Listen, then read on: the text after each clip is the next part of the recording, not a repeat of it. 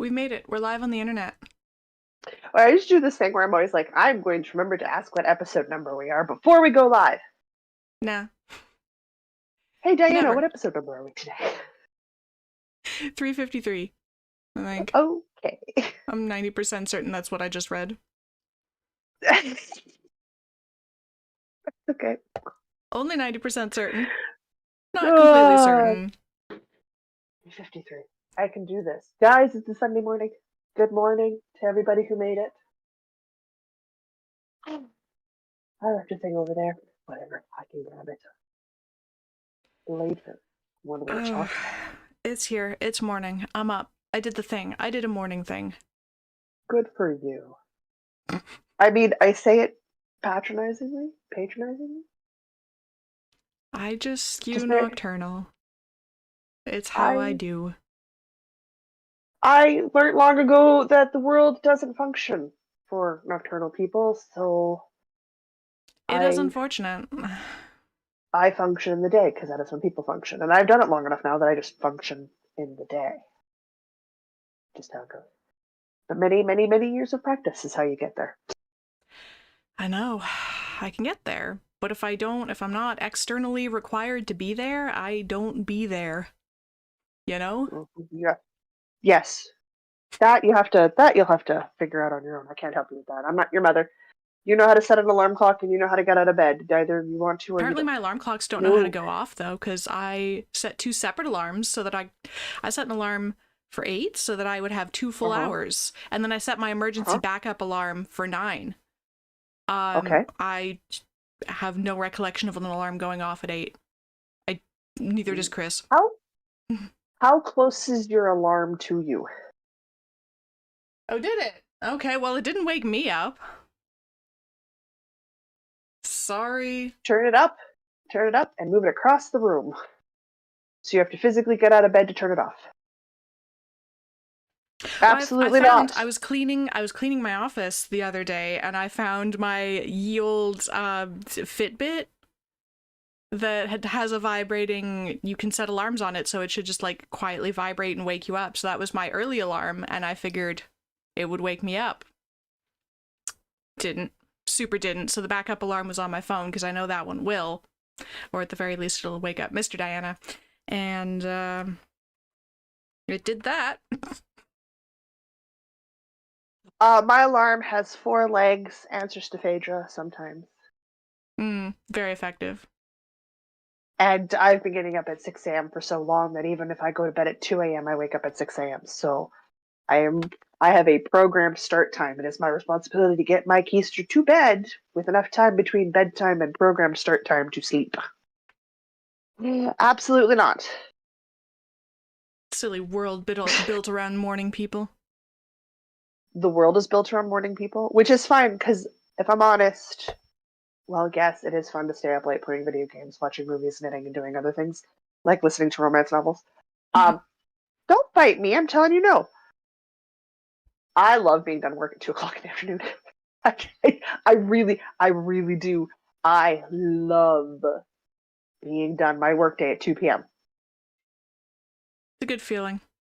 Being in the office on your second cup of coffee when everybody else is rolling in at 9 and you're like, what are you guys even doing? I've already been up. I've been to the chiropractor. I've had a full workout and I've done an hour of work and I'm on my second cup of coffee. What are you lazy people doing? What? And then everyone's like, oh, it must be so nice to go home early. But yes, because I'm here in the office so early, or I'm doing my work so early in my personal office here at home. Nobody else is up. Nobody else is in their offices. I get so much done because I am not interrupted. The monster has her breakfast, she has her morning zoomies, and she lays down and has a nap. No, I totally get it. I have done it. And then it doesn't matter great. if there's phone calls in the afternoon or people want to stop and take breaks. I can totally do that because I got so much done first thing in the morning. Though I will tell you, 6 a.m. wake up calls every day, including Saturdays and Sundays, does suck baloney butts some days. Does suck. Yeah. No, sometimes you get to hear songs like Donut Life on the radio morning program. Do I even want to know? It's so dang cute. It's by James Gordon. It's called Donut. The song's called Donut Life. I don't even know if you can find it online. I heard it on the radio. But, oh, it's just So it's saying about the joy of being a donut. The joy of being a donut. Being But a when you donut. get eaten, Being that seems warm and unjoyful. tasty and, enjoyable for people and cheerful and covered in glaze. Maybe you got a filling in Sounds you. sticky. Such a cute song. Such a cute song. How are you sticky? Your day's just begun. No, but if you were a donut and have glaze, you'd be sticky. Well, yeah, but you wouldn't care. I suppose. That'd be a donut's preferred way of being, I guess. I've never thought so much about I like a donut and, the philosophy of being a donut. donut. It's got to be a pretty chill existence. Like, everybody gets excited when they see you. Like, you're the life of the party because you're the donut. Makes But then you total get sense. eaten. Okay, well, Let's yeah, actually do but an episode. let's do an episode. All right. Welcome to the Northern Myths Podcast. We're two friends in fiber who knit, craft, crochet, and hook everything in between. My name is Jocelyn, and my co-host is Diana. coming to you bright and early on a Sunday morning. I don't think Diana's had her first cup of coffee yet for the day. No, We I have are not. live. It's our last live for a little bit, guys. We are very early because I have a Lord of the Rings Battle Company League game starting at noon my time, so I need to be out of the apartment at 11:30.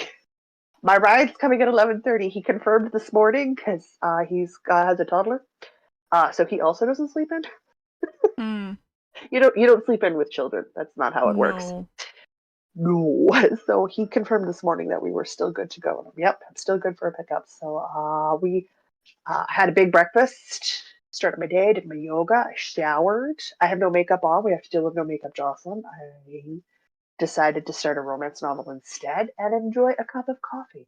It's decaf coffee, but coffee. And then make my tea for the episode.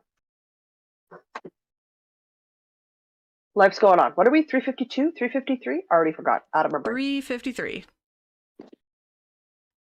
We got a lot to cover. It's a Stuff and day. things and stuff. Hello, everybody in chat. Hi, I'm awake. Hello, everybody. Oh my god. Hello, everybody in chat. Now that I'm awake. Here's the kicker. Also, my tea is decaffeinated, my coffee is decaffeinated, and I roll out of bed at 6 in the morning. This is just me on a regular day. Poor Diana. yes, well, Diana makes interesting decisions about what time is a good time to go to bed. No, Diana's brain makes a good decision, or interesting decisions about when it will stop talking and go to sleep, regardless of whether I'm actually in bed or not. Did you see the Instagram reel I sent you? I am going to say yes, but which one in particular? Because there were many. The sloth from Ice Age?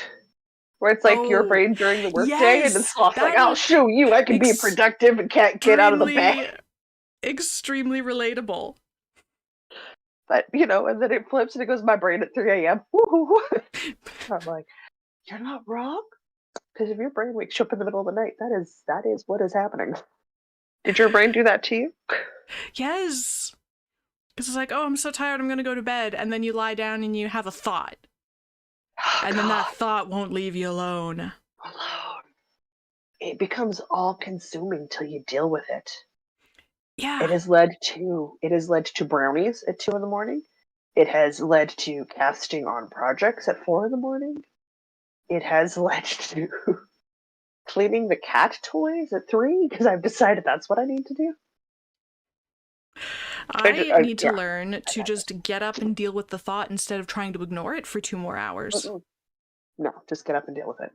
I get up, I deal with it. I might be up for like an hour, and then as I've dealt with the thought, I can just wind down and I'm done. But I have to get up and deal with the thought. Otherwise, it takes forever. I cannot let it go. And to learn to just get up and deal with the thought. Anyway, hello to everybody in chat, Asa and Susanna and Nikki. Cheers. Good morning. Good morning. Good afternoon. Bright and early. Well, I mean, it's evening for Asa. Also be afternoon. I don't know. Is it evening for Asa? Or is it like late afternoon, early evening? I don't know. There was a comment about the sun's going down. That'll be early evening. late afternoonish. Although I It's guess at winter this time time. of year, at this It's late latitude, afternoonish. late afternoonish. I'm Oh. having some decaf Earl Grey tea in a soup mug because Also I confirms it's wanted a very afternoon. large cup. Okay. My brain tried to do the math, and I'm like, why am I mathing? I can't math when I am awake. Never mind right now. I'm having some Tetley decaf Earl Grey for my morning cup of tea this morning. I had the last of my fancy instant decaf coffee this morning when I got up and did my yoga. I made Both some me and rooibos mysterious tea. Mr. B. Well, you could have gone with a caffeinated beverage. I could have, but I have this notion that I might have a little nap when we're done. Because B invited us over for board games in the afternoon, so I would like to have a nap before that. That's cute. That's the wrong thing to do, but that's a cute idea. Well, it's that or have a shower, so we'll see which one seems more likely when we're done. Well, Matt, have a shower and do something. It'll help fall asleep, because then you'll be super tired. Hopefully not so tired you're too tired to sleep, which is the other problem. All right. We have a podcast episode in theory. In theory, it's a very loose theory. I have I'm going three things assume I to have talk about. Yeah, I'm going to assume I have more projects. I do. Oh, and then craft off stuff. I have the Tribeca Trench final check-in. I've got the check-in with Louise. I've got an FO. I've got a sweater. Did I work on anything else this week? Nope, I took this week. Oh, on craft off, so I've got 5 all told.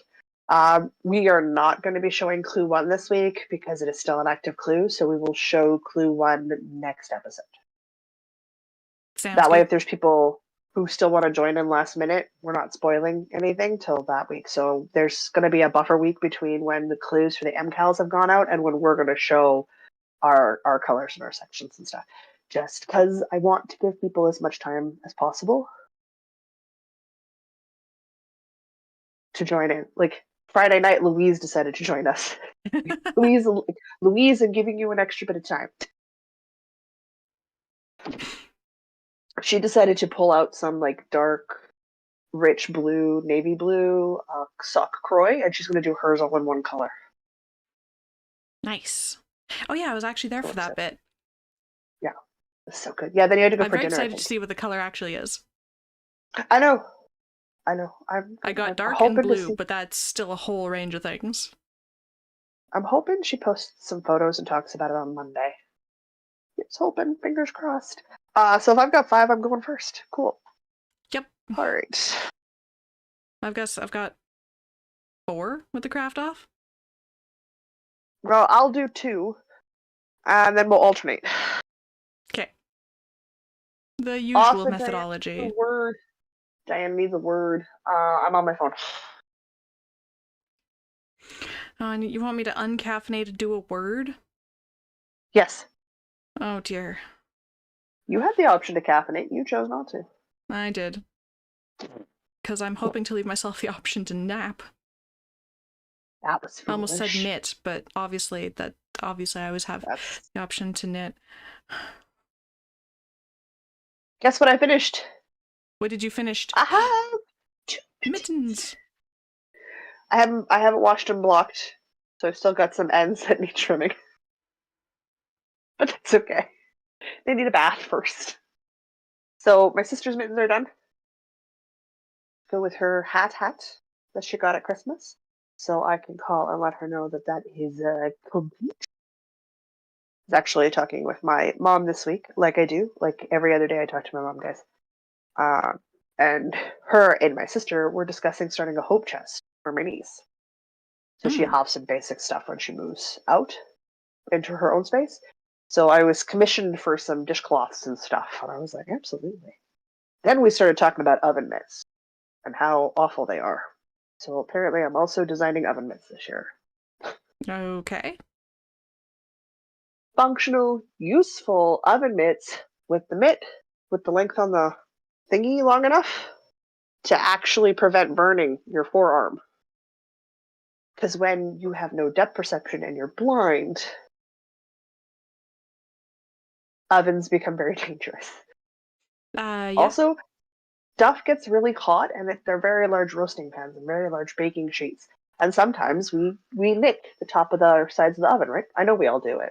Whether we admit to it or not, we nick it with our arms every once in a while. There's little singed arm hairs, a little burn.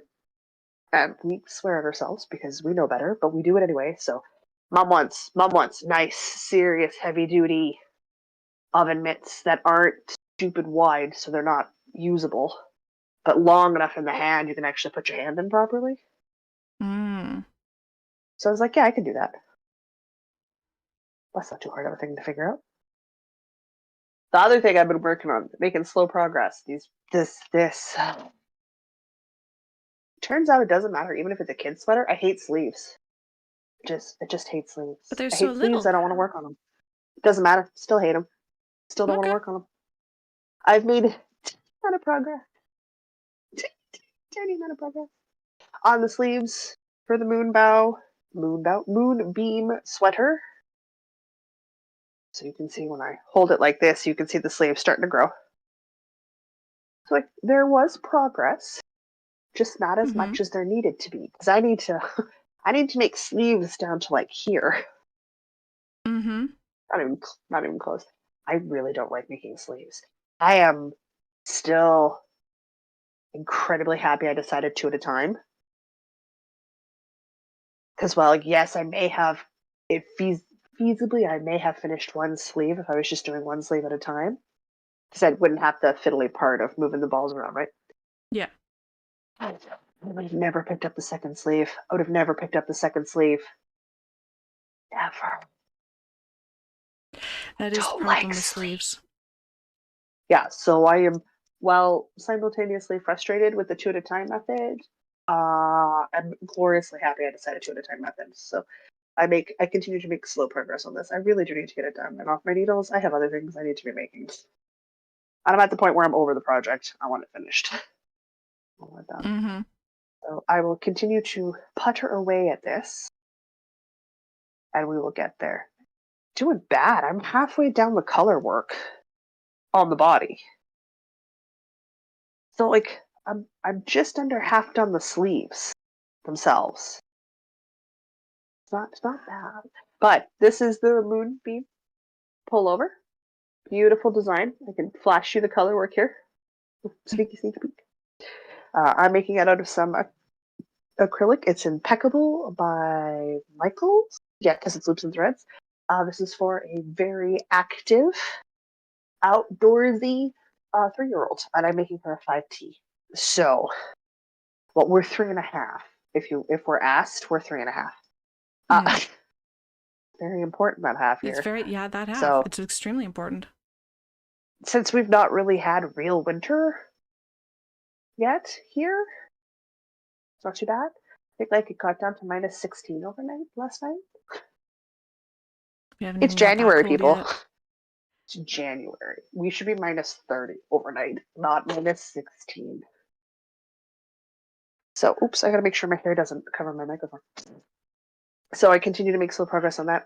I know her dad's grumpy because they are both outdoor people, and he wants to take me cross-country skiing. Because you can put me in the tracks, and then if he's in front with his daughter and his wife's behind me, so if I fall over, somebody spots me, we can go cross-country skiing as a group. And I really like going with them when I can. So, because then I can get out and they're constantly telling me what's going on around me. Nice. So I get to, I don't see the trees and the interesting branches and stuff. Dad, he's my buddy's fast enough, he takes photos. And I get descriptions and we can look at the camera afterwards and stuff. So like they're very good at helping adapt for the vision loss. And I get to go outside and be active, and I love being outside in the wintertime. So I'm very grateful that they're willing to help me do that. Not everybody is. I lose a lot of friends every year because my vision loss is too hard for them, which I've never understood. They're not doing it. I am. Okay. Weird. It's the same guy who's picking me up today at 11:30. Susanna says, Jocelyn, I think the snow we have is going your way. Thank the gods. The farmers need it. I need it. People who actually do winter stuff outside need it. The ground needs it. Like, we don't need yet another year of drought. We do not need another year of drought. We grow a lot of food. Drought is bad. Drought Well, you is don't want to bad. have another Dust Bowl whatever? That would be the Depression of the Great 20s. And that was a combination of factors, but yes, we could get that way. I mean, it's the 20s. There is a potential. It is 20s. Yeah, no, that depressing 1920s, note. 2020s. Yeah. Diana forecasted another Great Depression, people. You heard it here first. Very, very official forecasting. Oh, yeah. Oh, yeah. So that's my first two things. And that's my first FO for the week. So I have the Tribeca Trench, and I have my socks from the check-in. And then we have craft off stuff. So I've got 3 left. I guess I should talk about a thing. My craft off stuff is over there. Hold down the fort. I gotta get off screen. Oh dear. Also says we're about 30 centimeters of snow downtown, more or less. There. Double just outside city center. Yeah, I'm thinking about, I could maybe possibly shovel when we're done, but like I don't have to. There's like maybe a centimeter. For a centimeter? You don't shovel for a centimeter. But if I shovel, then I don't get ice later. And it'll also be like, I run down the driveway 5 or 6 times and it's done. And then there's no ice. That's fair. If ice is a big problem, then yeah. Ice is a problem. Ice is a problem? Okay. Not so much here. Not till we get to like March. But we've had March weather all winter. It's just wrong. It's March weather. It's late March weather. Late March for Manitoba weather here is most of the winter. That's just gross. Gross, sad winter is what that is. It's actually white today, but yeah, it's gonna melt real soon. Okay. Nikki says, getting out like that is so important. Marvel wants to walk in the mountains. I have a plan for her to reach this goal. It now involves me reaching fitness goals to help her get up the mountain. There's nothing I would not do for my little girl. Aw, that's sweet. It's good, especially if it's like something that she can work towards. Because it helps teach a lot of things doing that.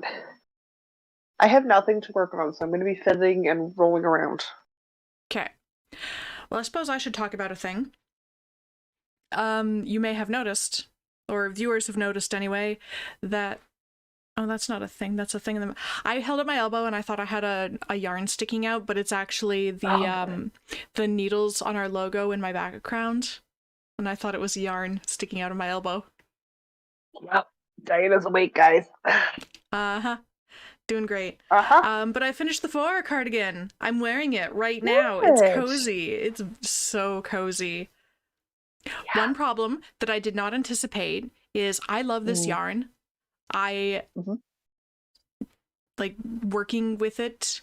It has been a delightful sensory experience.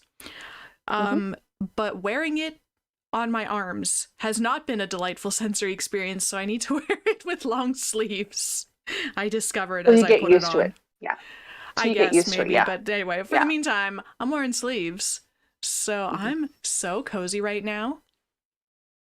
And it's all sewn together, and it's waffly. Oh, I love the 4 cardigan. It's so flippin' squishy to put on. It is. So I haven't put on the pockets because I want to wash this and like wear it for a little bit just to see how it grows, because I don't want to sew on pockets and then have the pockets end up down by my knees. Fair. So I have no, the I think that's a good idea. But I'm not going to attach them just yet. Pockets are a next week problem. After absolutely everything's settled. Like putting on pockets on natural wool items after I've washed it, blocked it, and worn it a bit just to see where our fully finished set sits. I love the waffle carton. But yeah, after like I was the same with me. The first Briggs a Little thing that I made, I had to wear sleeves for a while till my arms got used to it.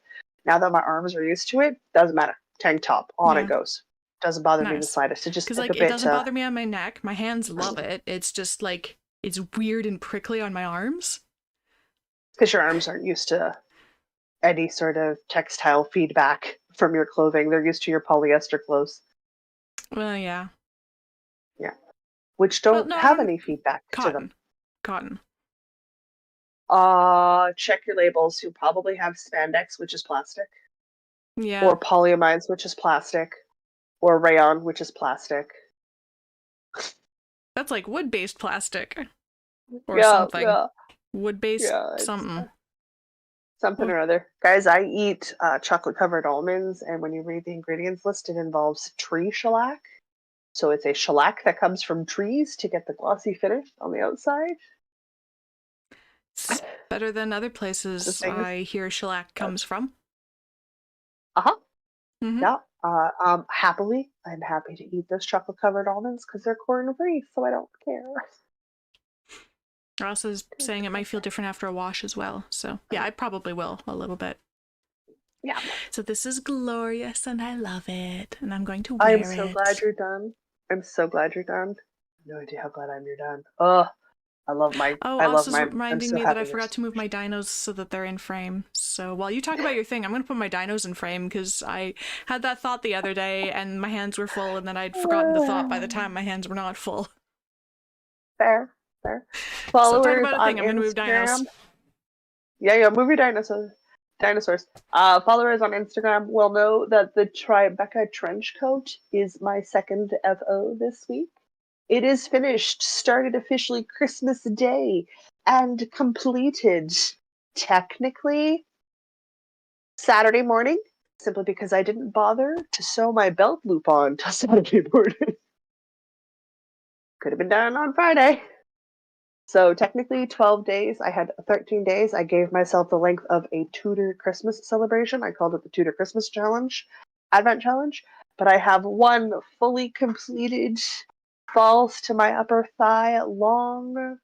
I mean, it's called a trench coat. It's a trench sweater, guys. You would have seen this on my mannequin. She's my stand-in for when I need to take photos of myself. So done and done. I That's about liked as the good as I construction. can do with the dinosaurs. I think there's I actually liked only the one in construction frame. on this. Pockets are sewn on because we're acrylic, so we don't grow that much. And if it warms up enough, this will be what I wear to Warhammer. Nice. Because I'm going from apartment to car and car to Games Workshop. So, but I have one completed Tribeca trench coat with my belts attached and everything. So that Ends took how will many remain. days to do? 12. I could have done it in 10. I didn't need the extra 3 days. Wow. I didn't need the extra 3. And I have 3 balls of leftover yarn. Which, thank the gods, I did that. I hate yarn chicken so much, and at no point in this project was I worried that I wouldn't have enough yarn. And it was so amazingly stress-free. It was so amazingly stress-free. I was so happy. I was like, doesn't matter. I got enough yarn. We're good. I can just do it. It's no problem. I need to lengthen the sleeves. Doesn't matter. I got enough yarn. It's not an issue. So good. Oh, felt so good to be able to do that. So done and done. Nice. It's big. Like just the whole thing. I'll do it. Like it's huge. It's got a long belt. There's a lot of components. 2 sleeves, 2 fronts, 1 back, a belt, 2 belt loops, and 2 pockets. Then the collar is done in 2 stages. Two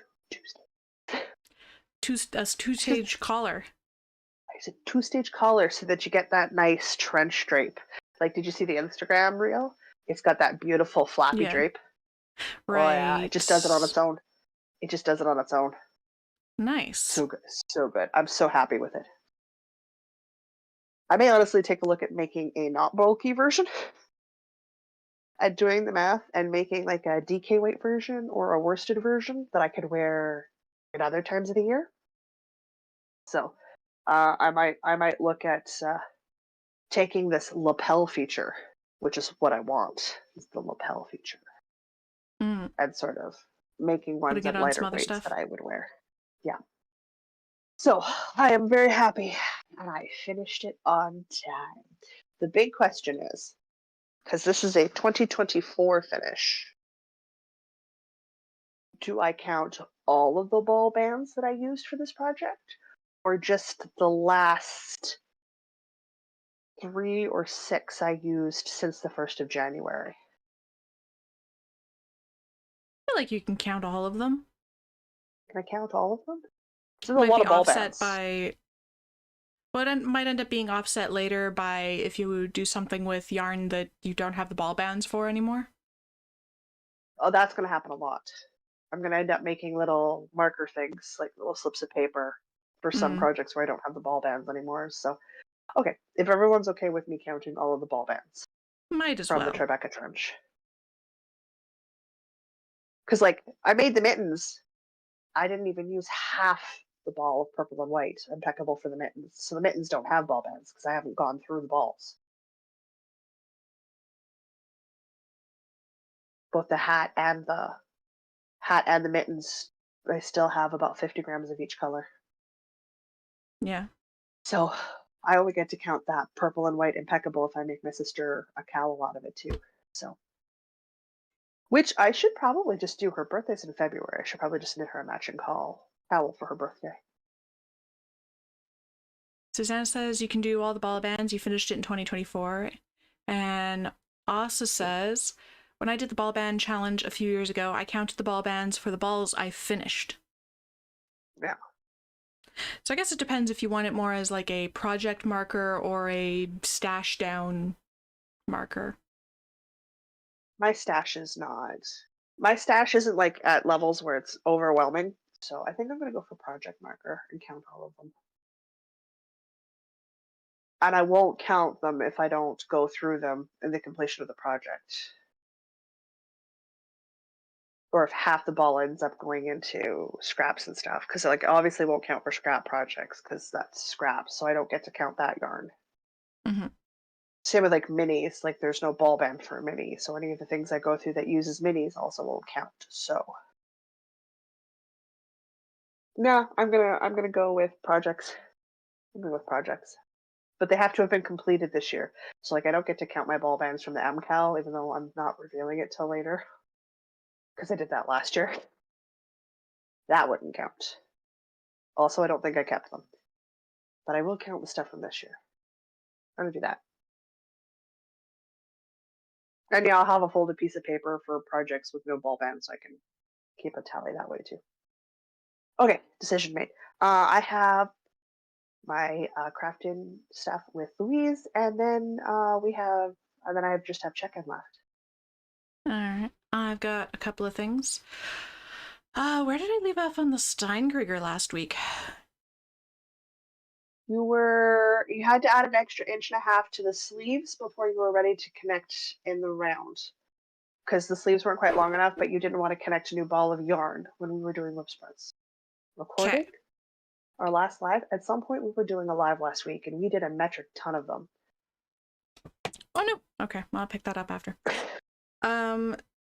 So the sleeves stalled because I need 2 or 3 more rows, but I needed to attach a new ball of yarn. Yes. I remember making fun of you for that. Seriously, just get the ball of yarn and attach it. So I'm slowly getting the ball of yarn because I can't just wind it on my ball winder.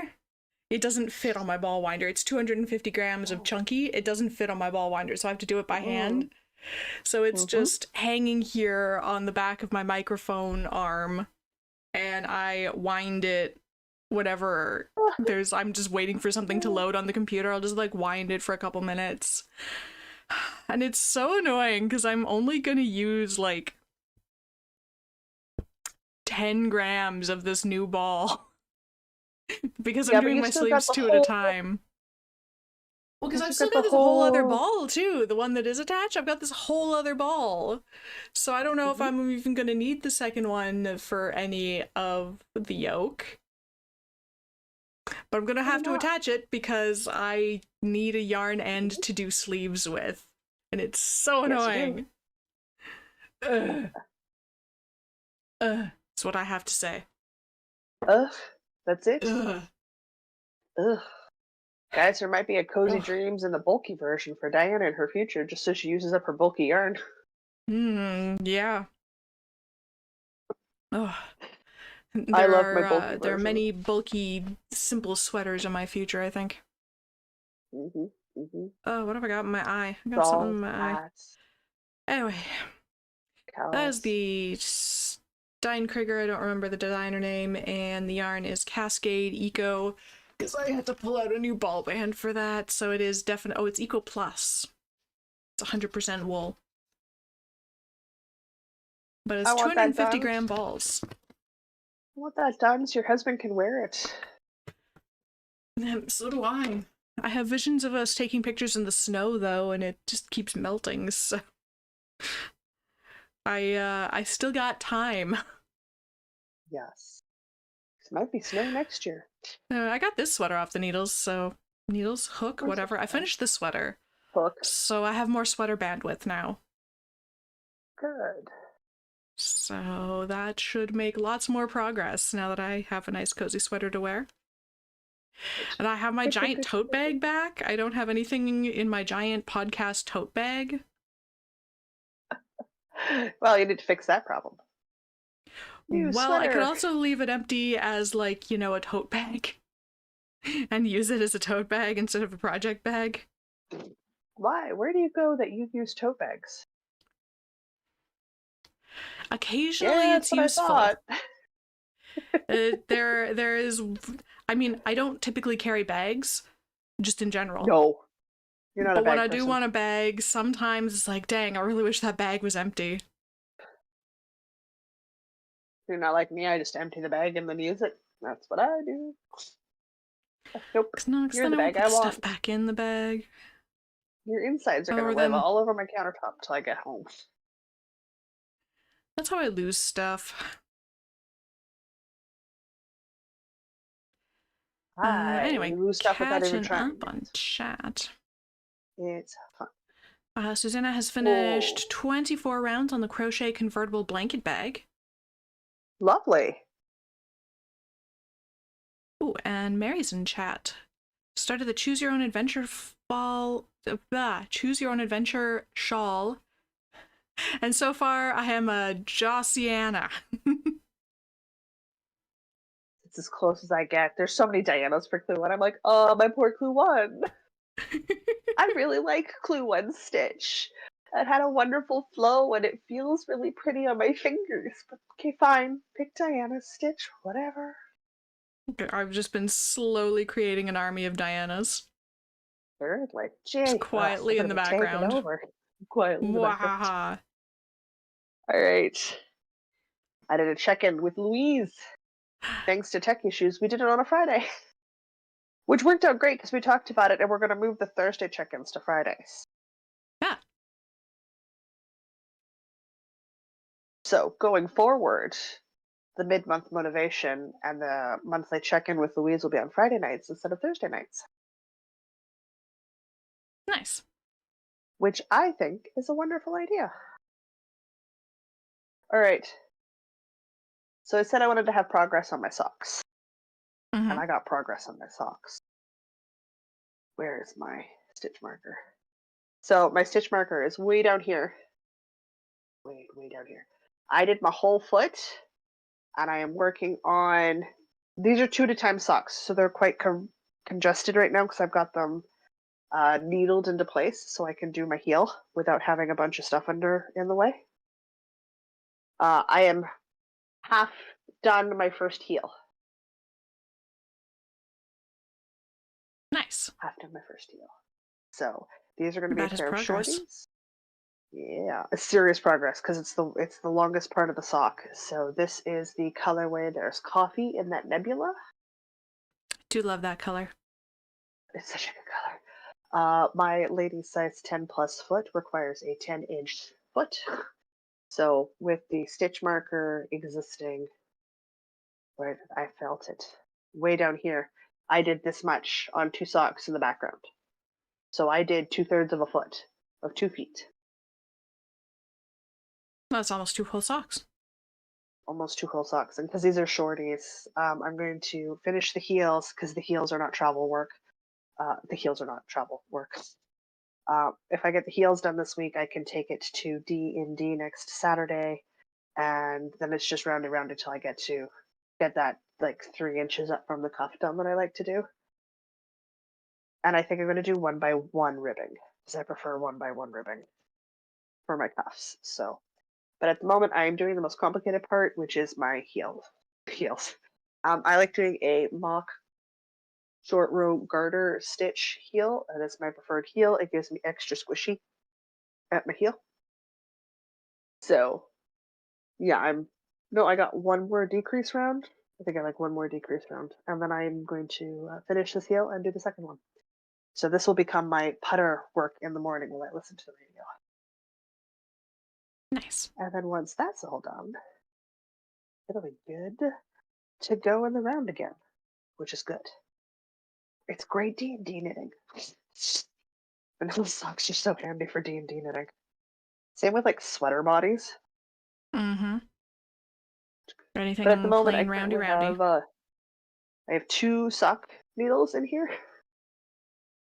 One holding sock 1 entirely separate, and half of sock 2, and one to do the heel, so that I don't have to try to do this on magic loop using the same needle I'm using to magic loop, which is just annoying to do. Fair. All right. So that was my progress. So I had a successful first check-in. Nice. Definitely did more than 2 rows. The bulk of it I actually did at a craft show with Erin, because it was nice and steady and slow. Like it was a nice quiet one. So we had a lot of time to just knit and chat with everybody, which was freaking delightful. Okay, I need that to go over there. I'm ready for it later. But there you go. All right. I Should talk about the thing successfully I'm did my working first on. check-in. Yes. As we are recording, I'm working on my only new cast on for the year. Given we're only 1 week in, I think that's okay. But new year, new cast on. I started a granny stripe blanket using the advent calendar from Fireweed Fiber Co. last year. Not this past one, but the one before. Yes. The first advent calendar. The one I made my in... rebel wrap out of. Yeah. Yeah. And so I'm into the second color, and it's glorious. And I think they're going to fade wonderfully together because you can't super tell where one starts and the other begins. Like there's a difference, but you can't really put your finger on where exactly it's happening, I think. That's gorgeous. That's good though. Yeah. That means you can crochet right down to the ends, and you won't have any left over. Nope, there is absolutely zero left over. Which is beautiful. The pattern that I'm using talked about how to change colors so that you can use up all your little scrappy bits. So it basically, you end up crocheting 2 strands together for a couple of stitches, but it means that there are no ends to weave in, and I just, after I wash and block it, I trim out any little sticky out end bits. That's how I like to do it for crochet. Makes my life much easier. And by wash and block, I mean I'm gonna wash it in the washing machine and probably I might air fluff it in a laundry bag if I have one big enough. Just because I don't know where I would put this to dry. But that's a much later problem because it's going to be a couch throw and I'm, on row, 6? 1, 2, 3, 4, 5, 6, 7. Sorry, row 8. I'm on row 8. A ways to go, my dear. It's gonna look so good when it's done, though. I love that first year Advent. Don't get me wrong, I got her Advent again this year, like Erin's Advent. So pretty. I already know I'm gonna get the one I already know I'm gonna get 2024s. I'm quite addicted. Oh my goodness. Did you see the post in the Discord about the who was it that was doing the fiber spinning fiber? But the theme for the spinning fiber color was Disney's Robin Hood. Oh, I did see that. I decided that I Was should it not Allison look at the Barnes? link because I was going to have to buy it and I really don't need it. So I didn't Oh, look I at it. can't afford it. I can't afford it. I absolutely would if I could, because I loved that Robin Hood movie. I still do. I am singing the songs in my head again. Oh, such I'm gonna have to give nostalgia. that a rewatch because it's been a minute. Oh, I cute. do Oh, I love it remember so enjoying it as a much. kid. Oh, so good. I watched it on and off intermittently since I was a child, but there's something about that Fox Robin Hood, just delightful. Just, it's Did the we all songs, eh? universally have a little bit of a crush on Fox Robin Hood? I hope so, because I sure did. Whew. Because I'm pretty sure that's a universal experience. For like He's such a millennials and Gen X, we all had a character. little bit of a crush on the Robin Hood Fox. Oh, the Robin Hood Fox. He's so sweet and he's so kind and he's such a gentleman and he uses his words. He uses his words. Such a thing. Such a thing. I would craft off wise. Or sorry, check in wise. Use the right words. The importance of words. Importance of words. I had everybody vote for a cast on this month. I'm going to make a baby sweater because I've got a girlfriend who's due between now and February. Uh, we're in that last whenever the baby decides it's done phase. So I'm gonna make a quick pullover or cardigan for her little one. In theory, I know more sleeves. Oh joy! Have you What was that, picked a or a pattern or balaclava for myself? No, no. I was either a balaclava for myself because I live and dream of real winter, or a baby sweater. So like size two, because I don't make newborn anything. I make size two or not. So because yeah, they'll be inundated with newborn stuff and then in a year they'll have nothing. well, this is their fourth. They have stuff all Oh, the way through. they It's have fine. all the It's not a stuff problem. then. They have stuff. They have all the stuff. This is just supplementing. So it's like they already have the crocheted tube that you stick the baby in to keep it warm. I made that one for the last one. Uh, so like they have a bunch of it. But mom picked up crochet this year, so I'm going to specifically start knitting things for her two littlest ones because she hasn't taken to knitting. She took to crochet, so she's got the crochet stuff covered. So I can just do the knitting stuff. So I'm gonna knit a cardigan. They just have more purpose and last longer because you can leave them open so they don't get too warm, or you can button them up so they when you need to warm them up, rather than like a pullover. It's either on And or then you off. don't have to contend with weirdly giant baby heads, apparently. Baby heads are large compared to the size of the babies. That's, I mean, as a species trait, we all come out with kind of fat heads compared to the size of the rest of us. That's just how we're supposed to look. We're also supposed to look a little rat-like and kind of wrinkly. That's normal. That's normal. Delightful. That's and all the parents go, "Oh, baby's so cute." I'm just like, I don't get it. A newborn baby looks like a newborn baby. Mm, okay, cool, but I'm not riding that endorphin high having given birth, so it doesn't make sense to me. Like, okay, Yeah, the fresh ones are a so little long bit as weird and wrinkly. they're a little weird, it's fine. That's what our like species wise, that's what we're supposed to look like. I'm like, good. You have all your fingers, you have all your toes. You're healthy. Mom's healthy. Everybody's good. All of our body parts are in the right places. That's the important stuff. It's fine. You will grow into the rest of you. It's not a problem.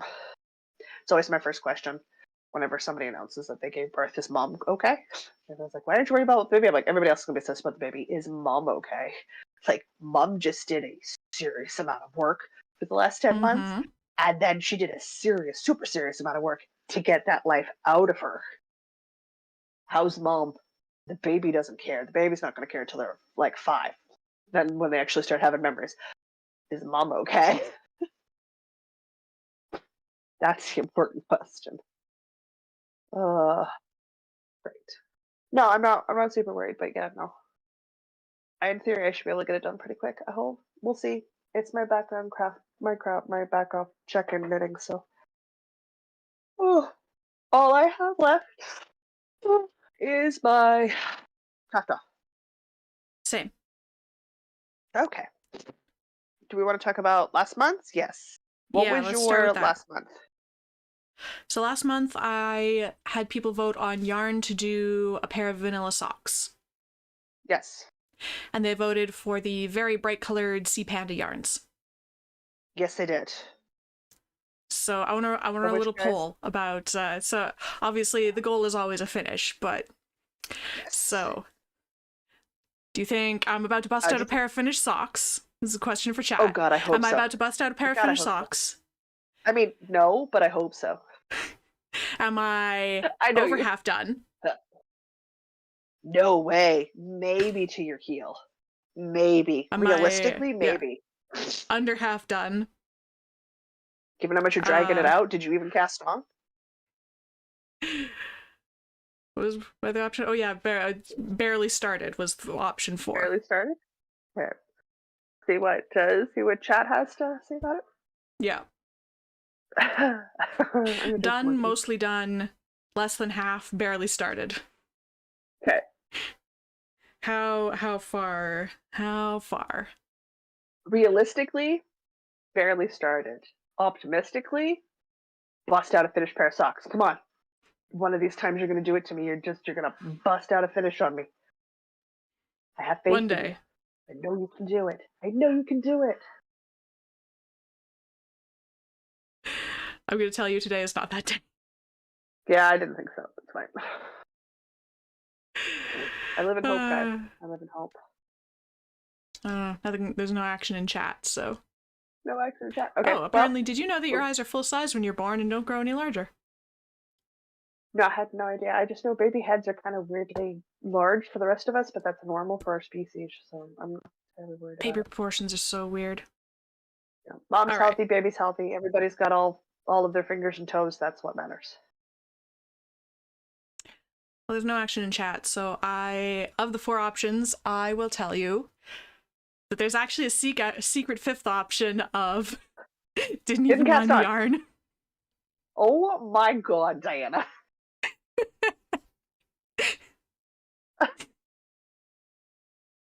So that's still there, uncasted on, not for lack of wanting to, just didn't happen. I stuck it back on the shelf and then completely forgot about it until we were talking about Craft Off last week, and I'm like, well, I don't have time for that, so. Oh, Diana. Oh, Diana. So secret 5th option, didn't even wind the yarn. Yeah. But we're going to count that as an an abysmal failure for the end of 2023 because that was December's Craft Off. So we're starting fresh. We can only go up from abysmal failure. We can only go up from here. This was rock bottom. Okay. Can only go up from here. I made progress. I was doing the Northern Radiance shawl, which is a shawl that I entirely wrote up ages ago and never even cast it on. So I reformatted it to the new format template that I prefer to use now. I updated the font choices, all the sizes, and then I proceeded to start and rip the shawl 3 or 4 times, which is normally how shawl cast-ons go for me, fine-tuning things and stitch counts. So I now know I'm going up a needle size because I want a looser gauge than what I'm getting. And I have figured out how I want my colors to alternate. And I have roughly estimated stitch counts. So design-wise, we made a little progress. In-person-wise, not so much, but this is not unusual to have to rip a shawl like 3 or 4 times when you're making it. So we're going to start with this start with this beautiful gray dongle tweed at the top, which has ripped surprisingly well. I thought before I'd have more problems with it because it's single strand, but I've had mild breakage, so like next to nothing. And for a single strand tweed yarn, not too shabby. It's mostly because I was doing it on a 4 millimeter, so I had a nice dense tight gauge, but I didn't like the fabric, so I'm bumping up to a 5 millimeter, which will be a much looser gauge. But I suspect I'm going to like the drape a lot better. And then I decided how I'm going to do this. So I'm going to do 50 grams in gray, and then I'm going to do a purple, and then I'm going to do 25 grams in gray, and then I'm going to do a purple, and then I'm going to do 25 grams in gray, and then I'm going to do the last 2 shades of purple. And this is going to be textured, and the purples are going to be drop lace stitches. So I fine-tuned the pattern out and my colors and my stitches. So now I can just, if I like it on the 5 millimeter, I'm good to go. Nice. So I'm happy with my progress. Nothing technically to show, but I'm happy with my progress. Because I'm at the point now where I can sit down and just do it. And so long as I like that 5 millimeter needle, I'm off to the races. So I am happy with where I am at design-wise with that, which means we might have a shawl release late spring. Nice.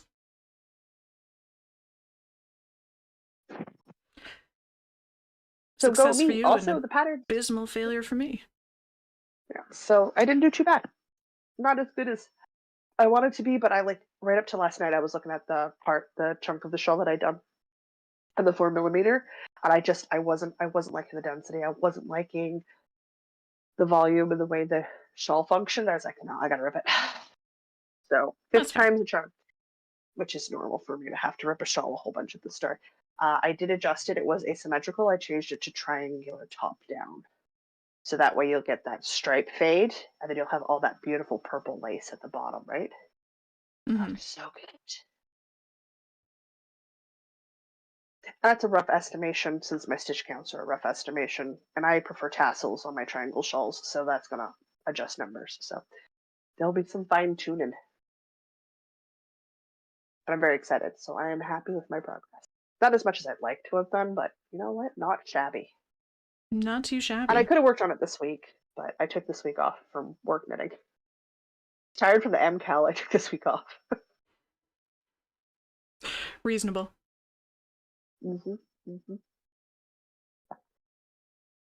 Mostly I'm happy that the boring background stuff is done and updated to my current formatting plans. So feels really nice to say all I have to do is knit the shawl now that I've ironed out the kinks. Oh, it feels so good.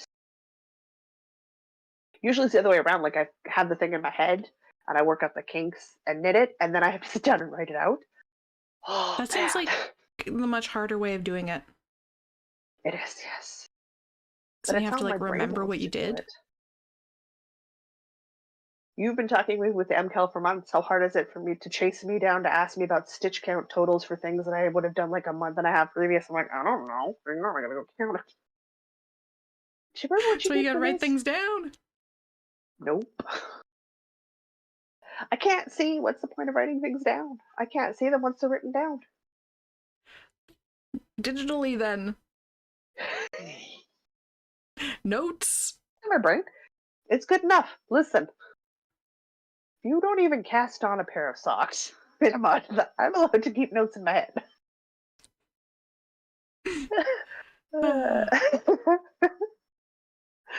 About the craft off us was saying, I would say I'm shocked, but oddly I'm not. Yeah. All right. What are you working on this month? This You month have the is numbers. spinning. Yeah. Mm-hmm. So my options for this month were to, oh no, my microphone. Finish spinning singles and plying this stuff on my antique flax wheel. Just red and green and blue stuff. Mm-hmm. Or finish the singles on the drop spindle of, come on, here we go. It's stuck on something, so I don't want to pull it. But this purple color, finishing this on the drop spindle. Okay. Now they were close votes. Like it was like 56% for me and like 50 something for you too. Like they were close votes for both of us. Very close votes. So with just over half, we're doing purple on the drop spindle. But it was like just by a vote or two. Also, thank you, Asa, for collecting the numbers for us. We were So late this as will it go was, and back all we had to do was on get my ourselves spinning ready. wheel. Wow. Oh, that So you're actually drop worked. spinning this month. I'm drop spinning. You know what you should do? Weigh the fiber you have left so you know how much progress you make over the month. Oh, that would be smart. Let's see if I actually do that. I can't help you. All I can do is make the suggestion. My options were finish the granny crochet squares, which is a technically almost king size bed blanket to go over my queen size bed because I like drape on the sides of my bed. Or finish this. It was supposed to be bed, but a bed size blanket, but I've had a heck of a time finding more in the right shade of the Burnett Premium because I changed their color dye lots. I do have enough of these squares to make a lovely couch throw, so I said I'm just going to finish it up as a couch throw. And we put it out to vote for everybody. And again, at barely over half, we all want to see me finish a couch throw. Couch throw. So, I am working, hopefully, for the last time on this, and I can get this off my hook. It has been around for years. Years. It's time to get this bad boy finished. I'm at the seaming and weaving in ends and sewing it together stage for the most part, so I'm going to start by putting together all the squares that I have, and they're outlining squares, and seeing how big it is, and then if I have to complete some more squares to finish off, I will go from there. So this is made with smaller granny crocheted squares. They're 2, 3, 4. We're 4 wide by 4 tall. 1, 2, 3, yeah, 4 wide by 4 tall. So this makes up the inside quilt block, and then I have an outside border edge to sew on, which As will it says, start it'll be being my lovely in your problem new as of chair. Monday. It's going to look better on my rocking chair, but that's just because of color striping. My gray and purple couch throw will look really good on my red and white striped chair that I'm reupholstering. This will look really good on my granny rocking chair. Okay. Yeah. So we'll see. I said finish because I want it done. I want off the hook. I want this project complete. Oh, sorry, I'm awake. I don't want it sitting in my whip bin anymore. So hopefully we see how we go. January's a pretty big month, so I might get lucky. We'll find out. Chat needs to give you a word for today for the Patreon ad. Word for the day. Also said she had a word earlier, so I just need to know what that word is. Oh, good. Good, we're good to go. What do we got floating around?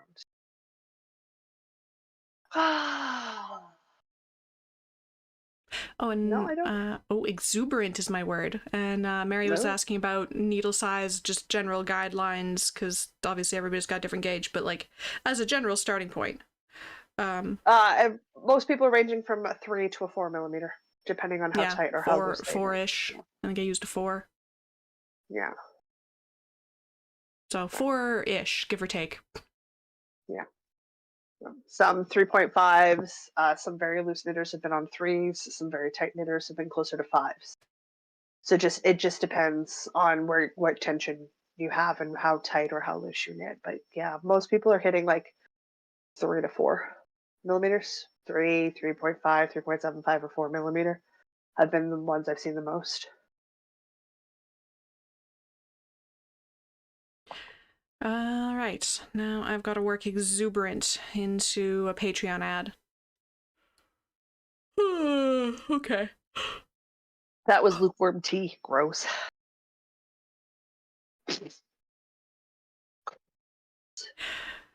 All right. If you would like to financially support these shenanigans, you may do so at patreon.com/northernknitspodcast. Any level of support gets you access to our patron-only Discord server, where we talk about all manner of things and post links to... We try to enable each other with exuberance, by posting glorious links to things that we all want to buy and shouldn't buy, because we all just pledged to not buy more stuff. Not all of us, but several of us have pledged to not buy more stuff in 2023, and then people go posting links, and 2024? Did I say 3? Yeah. Yep. That's typical. It'll be sometime in February before I actually make the switch. Usually, mentally. Yeah. Did you see that flat top knitted cap that just went into the finished objects thread? No. I've not looked yet today. It's so cool. That most of us were very exuberantly exclaiming our enjoyment of that finished object, because it is so, like, that's just, it looks so good. It looks so good. Well, I'm gonna have to go look at it now. Yeah. What am I looking at? There's lots going on for Patreon members. Bonus content is always random, but we've always been upfront that bonus content is random for us, because that's just how we function. The lowest level gets you into Discord, gets you all the bonus content. $5 a month or more gets you into the monthly Patreon e-knit-in, which happens to, like, the second last Saturday of every month. We literally jump in together. Some of us are in PJ, some of us are in clothes, some of us are doing housework. We literally chill and chat for like 3 or 4 hours. It is the best knit club, because you don't have to have a bra on to attend. Virtual knit clubs are nice that way. So nice that way. So there's lots going on. If you are able to financially support, we appreciate it. We also have YouTube memberships for $2 a month. You can find the gaming content tucked in there, so you can watch me and Diana try to figure out how to farm. Sometimes we're good with it, sometimes not so much. Sometimes I blow up the farm. Sometimes she blows up the farm, and we never let her live that down. That was 2 in-game years ago, just for the record. And a misclick. So good, I didn't do it on purpose. What you don't understand is, for Christmas Day, we treated ourselves to some just the two of us gaming, and she blew herself up in that game too. And all I saw was her going across the screen and then exploding backwards.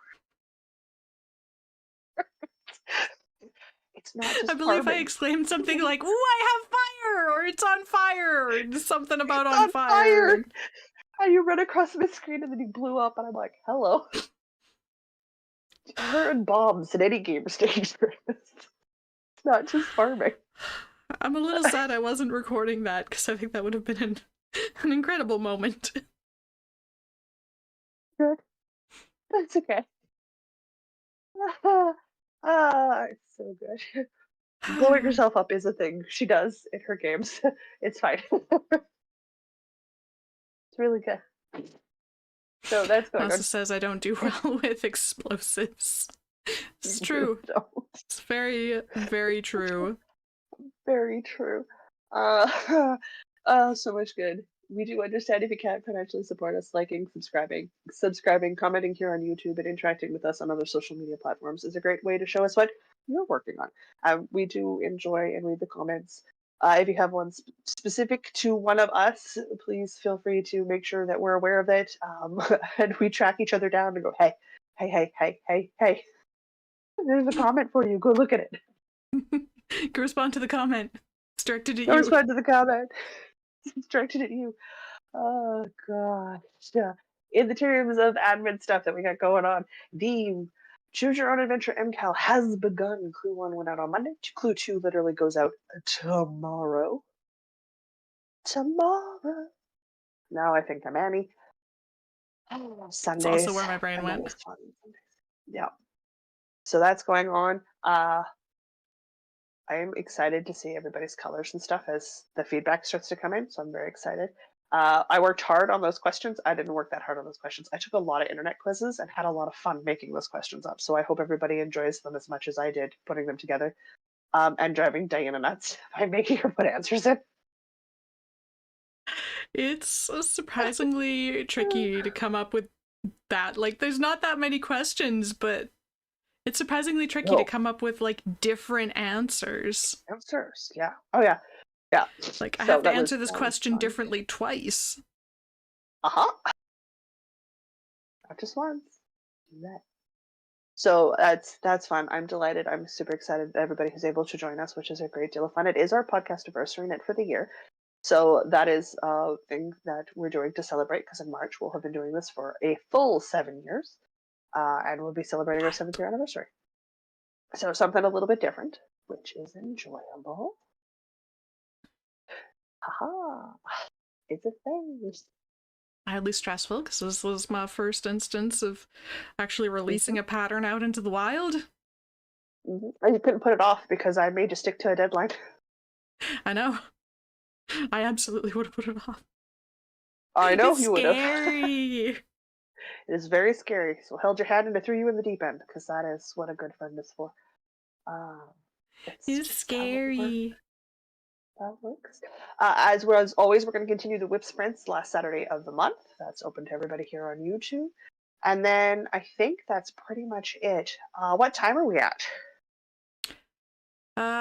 We've been on for just over an hour, so I think it's time to wrap it up because you got places to be today. Yes, but it means we still have time. You could do us a little bingo card spin because we've got bingo cards. Right, So we we have should bingo spin to see cards. which bingo card we're going for. And then I've got a quick TED talk on the famous Cleopatra because it is the monthly live episode because we go back to regularly Right. scheduled. All right, let me see if I can get this in a format where it'll actually show up on the screen, and if it won't, we'll just... Oh my god, come on, I wanna make it I think it's smaller. just after 10 a.m. my time, or are we just after 10:30 my time? Coming up on 10:30 your time. Okay. I'm not doing Okay, too we got bad. a little bingo I card don't spin. I don't think I need like a big lunch because guys, I ate an entire package of bacon plus tofu scramble and like 2 whole potatoes for breakfast All this right, morning. So like I'm let's not spin feeling this thing. hungry. I think a snack to carry me through the afternoon is probably gonna. Maybe I'll make a peanut butter sandwich. I guess I got a food processor for Christmas, so first thing I made, homemade peanut butter. Okay. Our And first I made a loaf of square bread. will be O2, so under the O, the second square. Under the O, the second square. Okay. I will Which I have actually to go don't look at know. it later because, Yeah, I don't know what as that I is, was telling Freddie. Diana this morning, my computer decided that I'm not allowed to log into my Google Docs account. So I need to argue with that when I get home. So under the O, second square down. Acrylic. How many L's are in acrylic, by the way? One. I spelled acrylic so wrong. I don't think there's more than one. Anyway, I will be working on acrylic. Okay. I will post in the Discord thread once we're done this. I'll go take a look on my phone. Because on my computer, it's decided I'm not who I say I am, so whatever. Check. It's a thing. Let me stick that back in there. Okay. It's just a good idea. All right. In which case, do you want to learn a little bit about the famous Cleopatra? Yeah, let's have it. Oh, I might have to get up to get more yarn. This is it. That's not a bad thing.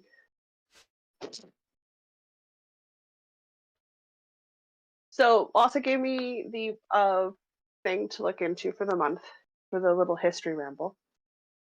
And she was like, Cleopatra. I made the base assumption she met Cleopatra, the famous Cleopatra, right? Mark As opposed to any Antony other Julius Caesar Cleopatra? Cleopatra. Yeah, she's like the seventh. And that's only in Egypt. There Okay. are plenty of Cleopatras in history. I just made the base assumption she meant the famous pharaoh of Egypt.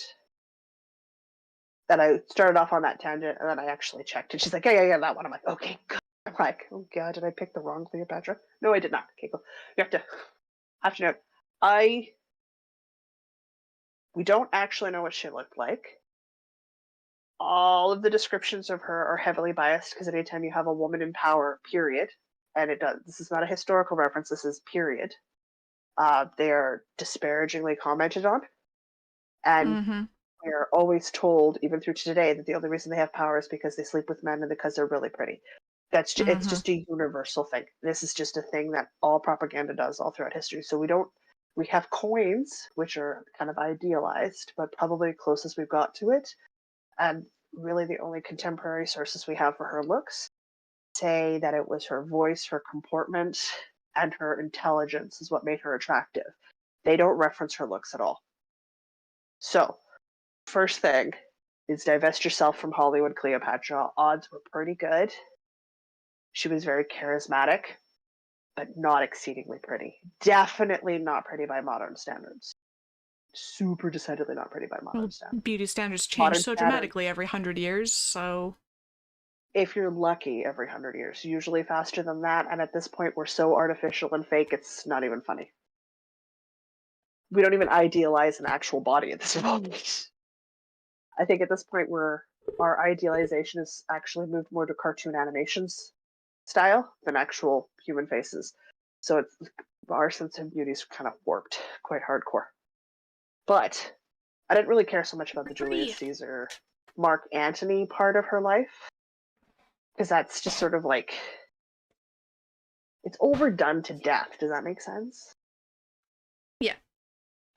Yeah. So I was like, no. How did she get there? So I went into the rise of Cleopatra. Like, what do we know about her birthplace? What do we know about her before she came to power? What do we know about the base system for the Ptolemies? Like, how do we work out that way? So she is a member of the Ptolemy dynasty, and their root, or their first, if you were, descendant, first pharaoh of the line, is actually one of Alexander the Great's men, Ptolemy. By the time you get to Cleopatra, 200-ish years later, there will be 14 Ptolemies. That's a lot. We reuse names, guys. We reuse names a lot in history. Now, they did have the kind of, for us, kind of EBGB quirk of marrying siblings. Not as bad as the Habsburgs for inbreeding issues, but it's a thing. Now, for them, I'm assuming a lot of people watch the Game of Thrones. Mm-hmm. And ruling in Egypt as a pharaoh is very Game of Thrones.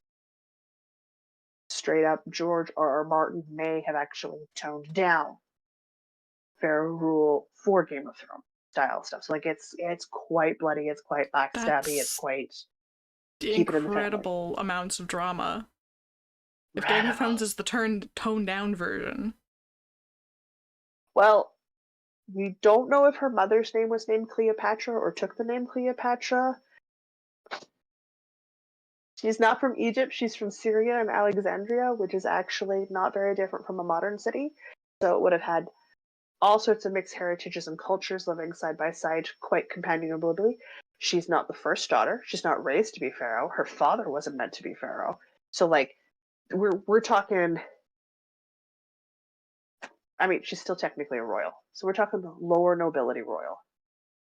Not raised next door to Egypt in the capital, in the city of Alexandria, whose dad then becomes pharaoh. So she survives her dad becoming pharaoh. Her mom just disappears. At some point, we just stop having records of her. So we know nothing about her mom. And as a young girl, in the pharaoh king system, it's dual. There is a pharaoh, and then there's the pharaoh's wife. Now you have to understand, Egyptians don't care if the pharaoh is male or female. The pharaoh is male. It does not matter what your actual gender is. If you are pharaoh, you are male. But you're always paired. It's not a one person that's two people at the top. You have your pharaoh, and you've got your pharaoh's consort, the queen, the wife, however it looks to it. So she steps in at a young age, and well, none of us think she married her father. None of us think she married her father. There's no indications for that. She served that partner role. Probably hosting dignitary parties, probably helping out with politics and stuff, right? So she went from lower nobility to helping her dad run a kingdom. Then dad dies, and she gets married to her first younger brother, because she's older than the Ptolemy 13 and Ptolemy 14. So Ptolemy the 12th was her dad. Her dad dies. Ptolemy the 13th comes in, and it's her elder younger brother. They're married. But he's very young. So she's still technically in charge. So like she would have started taking over for her dad. And then when her dad died, she took over. So while she doesn't hold the post of pharaoh, she's doing the job. Mm-hmm. So inevitably, her younger brother, the 13th, would like to, be in charge. He's the dude. He's the pharaoh. He has been king to pharaoh. Like that is his official title. He's old enough now. He wants to take it. He doesn't want to give it up. Why would you? Why would you give up power? This seems kind of dumb. Mm-hmm. So you have infighting.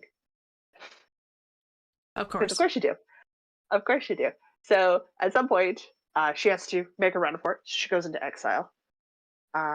This is causing a big strife because like Egypt is it's a big country. It's a wealthy country. It's an influential country. It would be like America having a civil war. Like the other world powers are gonna go, whoa, this is an issue. Because it's an issue. Because this stuff spills borders all the time, right? This is when we meet Caesar. This first split between the Ptolemy the 13th and Cleopatra. While they're duking it out between each other to be, the supreme person in charge. Julius wanders into the picture. Insert complicated history about Rome. He's chasing one of the triumvirate that's just split power with him because he's currently trying to take over in Rome. Chases it down. Ptolemy the 13th thinks to himself, man, I'm going to get in good with the Romans. So he kills the member of the Roman triumvirate that Julius Caesar's chasing down. So Julius has got a problem. He's got a sibling married couple that are fighting, which it's not good because Egypt's right next door to Rome. He's currently trying to become the Julius Caesar you see in movies and stuff. Because like right now he's still like a Roman senator. He's still a war general. Like he's not started to take over yet.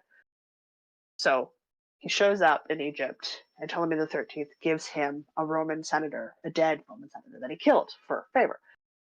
Problem. That would be like someone showing up on America's doorstep and going, well, I mean, your president was giving you trouble, so I solved the problem for you. Like it's not okay. It's politically, it is not okay for a Roman to be killed outside Roman territories by a non-Roman. Mm-hmm. It's fine if Romans fight Romans, but if somebody else fights a Roman, it's a problem. It's Right. not good. So we've got to solve the problem.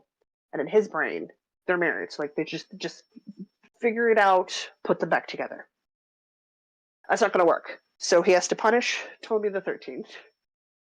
So he sides with Cleopatra. Now this is where you get the story of her and the rug. Probably wasn't a rug. Probably was just a nice length of cloth. She absolutely came in the back door. Absolutely would have been kicked because, again, she's a ruler in exile. She can't walk through the front door to pomp and circumstance. We're coming in through the side entrance. Whatever it was that she was wrapped up in something. She would have been carried in something. There's some documentation for that. And then she charms Julius Caesar. Again, most of us don't think with her looks, but with her brain. Her brain, guys. Remember, she's still a young woman at this point. Like, we're just out of teen years into her early 20s. This has been her life so far. I was not that composed when I was that young. I was not that composed when I was that young. So, Julius Caesar puts Cleopatra back in charge. He's charmed by her. They hang out. They do a tour of the Nile. You do the royal things. He goes back to Rome. She is a kid, calls him Caesarion. Common theory thinking is that it is one of Julius Caesar's bastard children. Illegal. He's got a wife in Rome. It's not a legal marriage. Ptolemy the 13th and her go back to fighting. Because of course they did. They didn't get along to start with. And again, raised in a culture where it's okay to kill family members to gain power to stay on the throne. So eventually in the fighting, Ptolemy dies because he wears armor that's too heavy and drowns. That's the official record. Wow. What a way to go. Way to go. What happens? She gets married to her youngest brother, Ptolemy the 14th. Rinse and repeat the cycle. Ptolemy the 14th eventually dies. Cleopatra's left by herself. So this woman has survived. We have no idea what happened to her mother. She has survived her father's death. She's survived court intrigue. She survived 2 marriages to younger siblings. And she's done this for the intervening 20 years that she's been in the royal spaces. And when that's all done, do you know what she gets to do then? Deal with the fallout from Julius Caesar's death. There's This one woman who was an amazing ruler, who single-handedly got Rome to give back lands that Egypt gave away several generations before. She garnered a promise to get it back and got the lands back to have a fully complete Egypt. Wow. Traveled extensively in her own country to Rome, back from Rome, held down not one but two husbands. She also held two very high political Roman senators as lovers, companions, whatever you want to call them. And what I found was so fascinating is they do all this, and what do we know about her? That tiny little sliver that the movie shows us, that's not accurate. They literally, Hollywood and modern history has reduced this amazing chunk of history with a woman who held on to power when it was really hard, no matter what your gender was, for a long period of time. And we reduced her to looking pretty and sexing up Julius Caesar. I'm just like, whoa, what? What now? Yeah, that sounds like about right for Hollywood. What now? See, I already had a lot of problems with movies and television. This is not helping me. This is not helping me at all. Then I fell down the route of female pharaohs and how they pop up in history and how you locate them in history and how some of them are being erased through history. Like you see their erasure through the next generation of male pharaohs that take over. So like then I fell down that whole rabbit hole and how dynasties grow up and how um, kingship moves in Egypt because it's different than in England and stuff. So because Egyptians, pharaohs were demigods, like they were gods on the throne. They weren't Mm-hmm. there by the divine right of God. They were a god that you could kill. Also Because says, wow, I if need a you, list of your preferred places to find true history. yeah, it doesn't. I've found so long as you don't look at any publications that are fiction based. So, and it's going to sound harsh. Not meant to harsh. Movies are great for fiction. They're not good for fact. Even Well, when they're yeah. based on a true story, it's fictionalized. So, Well, like, yeah. entire tubs of salt need to be taken when you're watching those. If you saw it on a TV documentary, same level of really, they put aliens built the pyramids on television. It's no, no, no. Just because it's on TV Start doesn't with mean it's any truer than anything on the internet. yeah. If it's on the internet, huge grains of salt. I start by doing the history podcasts. So I start going through the history podcasts that I have, and I have history hits a good place to start, but then I start following the links back. So I go, okay, so who did that interview? I go to their webpage. And if they don't have a PhD or doctoral candidate or master's degree, they don't know what they're talking about. They don't have the education to talk about it. Because again, I have an undergraduate degree in medieval history. What is the first words out of my mouth? I don't know what I'm talking about because I know I don't know anything. And I spent 4 years with a high GPA learning I know nothing. You know exactly how much Yeah. nothing you know. I know exactly how much nothing I know. So everything's with a grain of salt. I always have to double check things. So I start in on there and then I start picking up key bits and bobs. I go into academia Googles. So I go into university online available archives. I go to academic paper sources because a lot of them have been digitized. So you can pull a lot of this information down from the net. And I start listening. And I start listening to different theories and ideas. And I put heavier emphasis on social histories and stuff published from 2010 forward. And then from like 1990 to 2010 gets a little bit less weight because we had a bit of a different focus on what we studied. And then anything previous to 1990, I treat heavily biased because it tends to be very male orientated, very war orientated, and very believe the primary sources with no exceptions orientated. So, Mm-hmm. like, I know Herodotus is a beautiful playwright, he is a wonderful storyteller. I do not consider him 100% accurate historical primary source because he is called the father of history, the father of lies. The man wrote an amazing play. Like, we're talking Star Wars level follow epic play, but is our primary source for a lot of ancient history. So we have to take a look at his numbers and a look at what he does and go, like, yeah, Well, yeah, if probably not. he's writing plays, he's doing it for he's going to change things for entertainment value. And he's We've writing been about telling things that tall happened several tales forever. hundred, yeah, several hundred or thousands of years later. So, like, grains of salt, and anytime archaeology can back it up, that helps us anchor points. So it sort of becomes a guessing game. So, like, we know Cleopatra wasn't conceptually modern pretty, but like, how true is her likeness to coins? Probably pretty close. Like, she would have chosen to maybe look a little sterner, a little more authoritarian in the coins, so that she looked capable of being in charge. But like, can we believe that, she only got to power because she slept with men? Probably not. Same way as, like, we'd love to say Julius Caesar slept with everything that walked.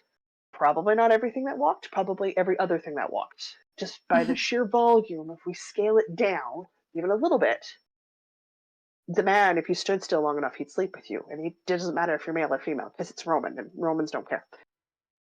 The man Right. liked his adult fun times, but he's a Moy, so that's okay.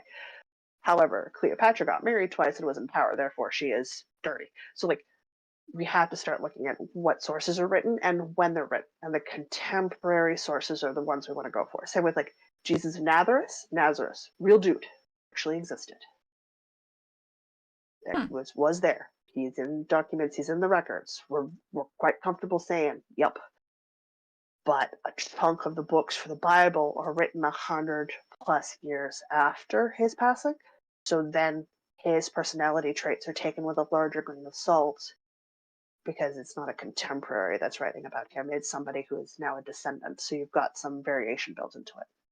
Right. So it's just how you structure it and how you work it. But yeah, if it's come from TV, if it come from a movie, it's a beautiful piece of fiction. Don't believe it. Mary says, "What? It's something Cleopatra didn't look like Elizabeth Taylor? Lol." Weirdly, no. Also, not white. Neither are any of the Surprisingly. Romans, by the way. They're not white. They're all Mediterranean. There's no Caucasians in a lot of them. The Caucasians are the barbarians that take down Rome. Germanic tribes. The barbarians, that's white people. Yeah. Yeah, not accurate. It's fine. It's fine. But it's just, yeah. Anytime you trace a source back, if you hear about it, trace it back to an academic paper, trace it back to somebody who works in the field with the academic background for it. Then you can be like, okay, what you were telling me, while still going to have a heavy bias because it's from your perspective, has a larger weight to it, because you will have done more of the research than I have. I certainly have not done the research to get a PhD and be an Egyptologist. I am very comfortable going, Egyptologists are agreeing on this because of this information. Okay, cool. That's good. You did that work. Super okay with that. You wrote books about it. Oh, cool. I'll go read the books. And it varies. And sometimes it also depends on the age of the professor and what's going on. Because again, the farther back you go, anything that was published while I was in high school, I kind of go, because our views on things have changed a lot in the 20+ years that I have not been in high school. Crunch. My views on history have changed in the 20+ years since I've been in high school. Also that, yeah. Yeah, and where is that source and information coming from? So it's like, yes and no. Yes and no. But yeah, trace it back as academically as possible and try to get as close to primary sources as possible. Simply because if they're sourcing a second or third source, then they don't know any more than you do. Really need the primary sources. And, well, no, we don't have a ton of them. We do have them. They are out there. And we're learning to get better about reading between the lines. And not taking things quite such at face value. Like, do we think it was common for medieval women to stick fish in their private spaces to attract men? No. You know? It's Why mentioned would you? one time in one book from one priest. Probably just a weird flight of fancy. Just a weird flight of fancy. Can't be 100% positive. Medieval people did not think the same way we did. They thought of magic as magic rather than as something to disprove, which is fine. Fine.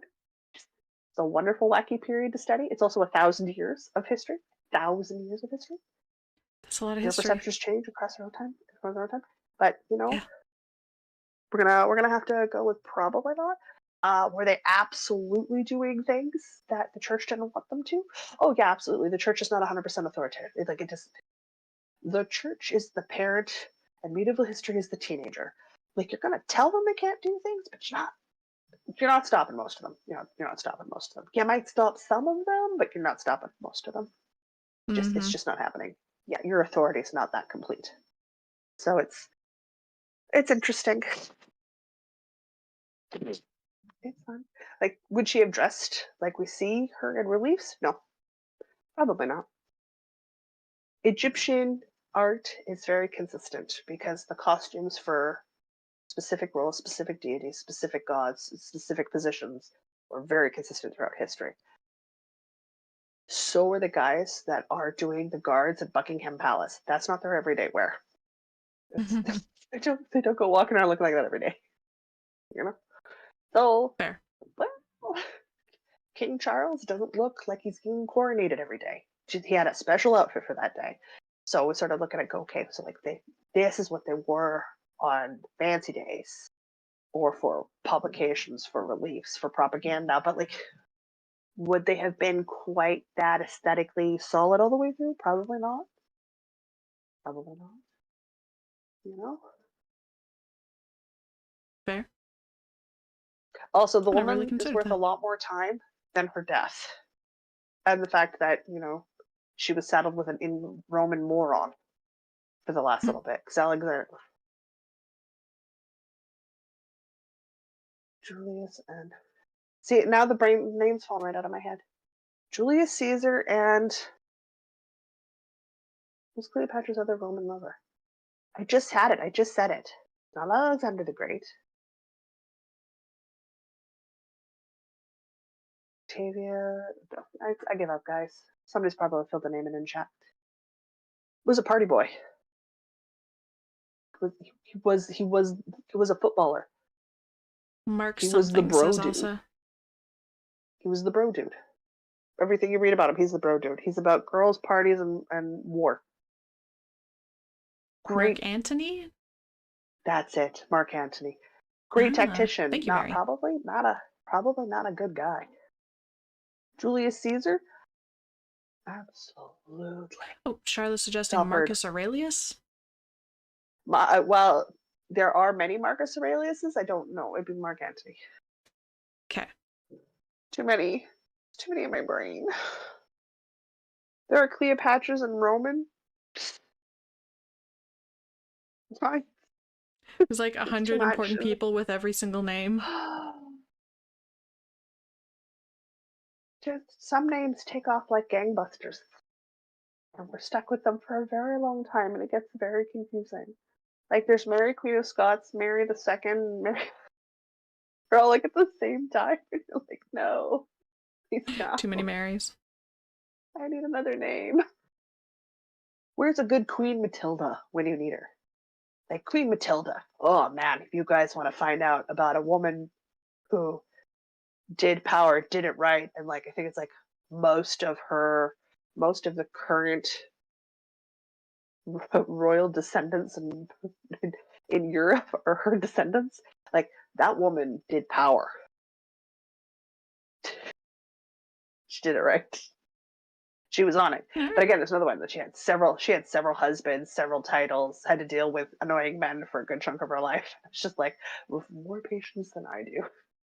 Mm-hmm. I think it was Queen Matilda. Anyway, women in history are fascinating. They're hard to see, but when you see them, it reveals amazing glimpses. it's just delightful. But yeah, no, I fell down into the how did Cleopatra get to the throne phase, and then how do you have female pharaohs, and then how do you can see where my train went from there, right? Like, Also, reminding you that we're getting close to 11 your time. I gotta go. I gotta go, guys. I gotta go play Lord of the Rings Battle Company. I gotta go make a peanut butter sandwich. Go drive to another city and play I don't know what board games yet. Have fun, enjoy. This is the last live. We're back to regular scheduled program as of next week. Yep, regularly scheduled Wednesday releases. We'll next see everybody live on the 27th for Whip Sprints. True story. I'm doing so good on this blanket. I love this blanket so much. I'm into my third color. Are you ready? You ready for your outro? Sure, let's do it. Ready? Never. Yeah. Do it anyway. Okay. Do it anyway. Yeah. Until next week, I'm going to say I'm Jocelyn. And I'm Diana. And no matter where your week takes you, don't forget to knit. Don't forget to knit.